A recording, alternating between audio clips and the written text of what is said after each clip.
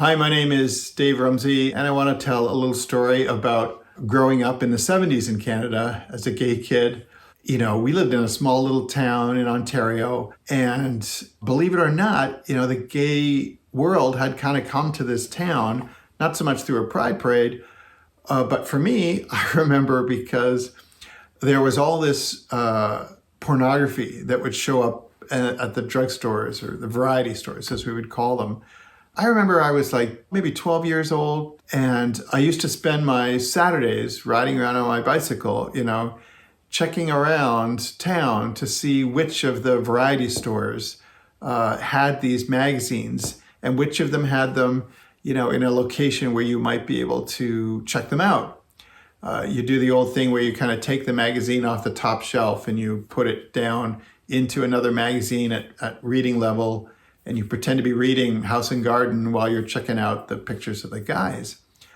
And one time, my mom had actually sent me down to get like a bunch of groceries, some, milk and cheese and whatever. I stopped in there and I kind of checked out the magazine, and it was like some special magazine or something or other, gay magazine. And I remember thinking, I'm going to do this. I'm really going to buy this one. This is a special magazine. It's like some anniversary issue. And there's a picture of a really hot guy on the cover, and I've got to see more of this.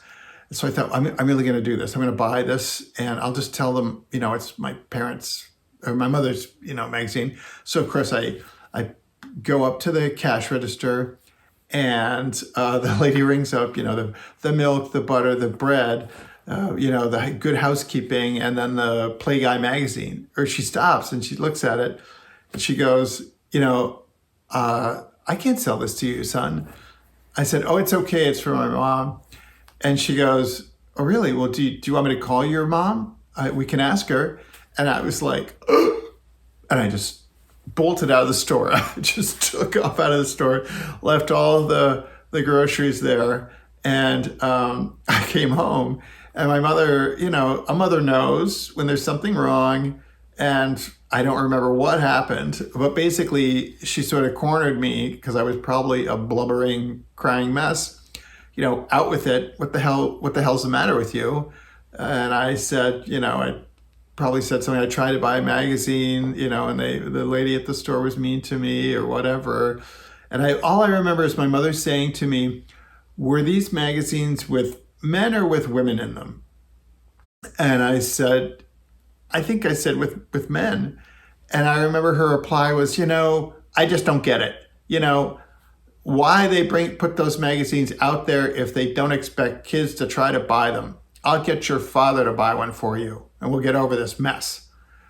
And so lo and behold, like a few days later, my father calls me into his study and says, hey, Beef, my mom says you're looking for some Disney magazines. I just want to make sure I got the right kind of magazines here. Are you looking for magazines with girls or with men in them? And I was like, with men.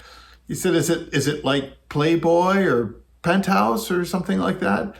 And he said, no, I think it's Play Guy and Play Girl and Blue Boy and, oh, I know which ones you're talking about. And it turns out my father had his own stack of Penthouse and Playgirl by his bedside that we had all discovered as little kids because kids snipped through the house.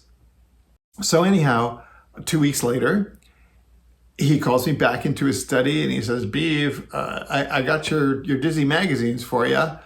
And he opens up his briefcase and he proceeds to hand me the 1977 issue of Play Guy. I think another one was Mandate or something, or Play Girl. There were three of them. I only remember the one, Play Guy one. And I remember taking them back into my bedroom at 12, and I had not actually learned how to deal with my own sexual urge. I hadn't learned how to masturbate at that point. And so I didn't know what I was doing. I didn't know what I was reading, but I remember all the pictures. They seared into my mind. I remember the picture of the cover of Play Guy magazine, 1977. I remember the picture, it had like a bunch of Tom of Finland pictures in the inside that blew me away. And like I said, I didn't really understand what I was reading because I didn't understand what orgasms were because I hadn't really had one consciously. I didn't really know, but I was fascinated by the whole thing. And of course, I kept going back to them. I kept coming back every day or two to go check them out and to just look at them or whatever.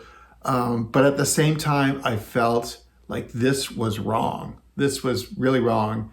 Number one, because I couldn't control myself. I couldn't leave them alone.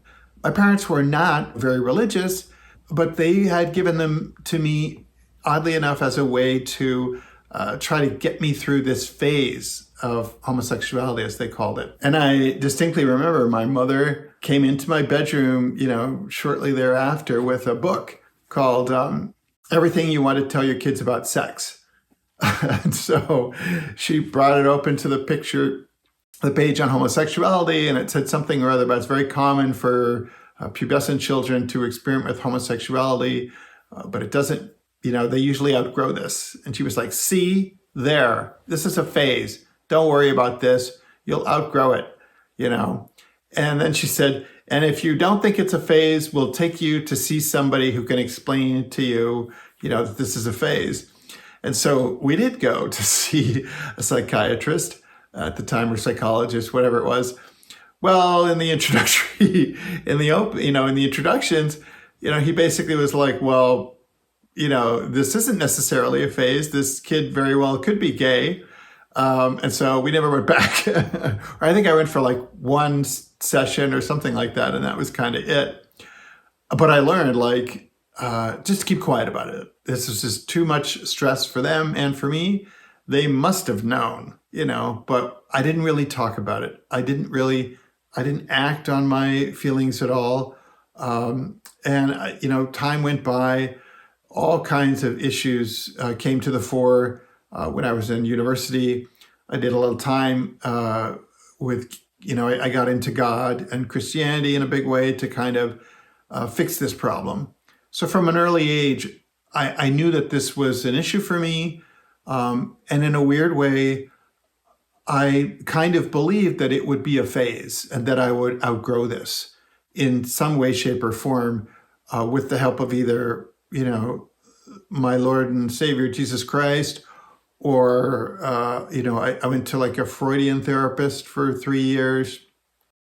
I dated women for a while to try to get through it. And in the end, after my father had passed, and when I met my partner, who I'm currently married with, when I was 24 years old, and I finally decided I was really in love, I called up my mother. I finally explained to her that I was gay, and she said, "Are you sure you're not bi?" I said, "No, I don't think I'm bi anymore." And she said, "Damn, I knew this was going to happen. I just knew this was going to happen." And I said, "Well, why did you always tell me it was a phase?" And she said, "Well, that's what all the goddamn books said. How the hell was I supposed to know?"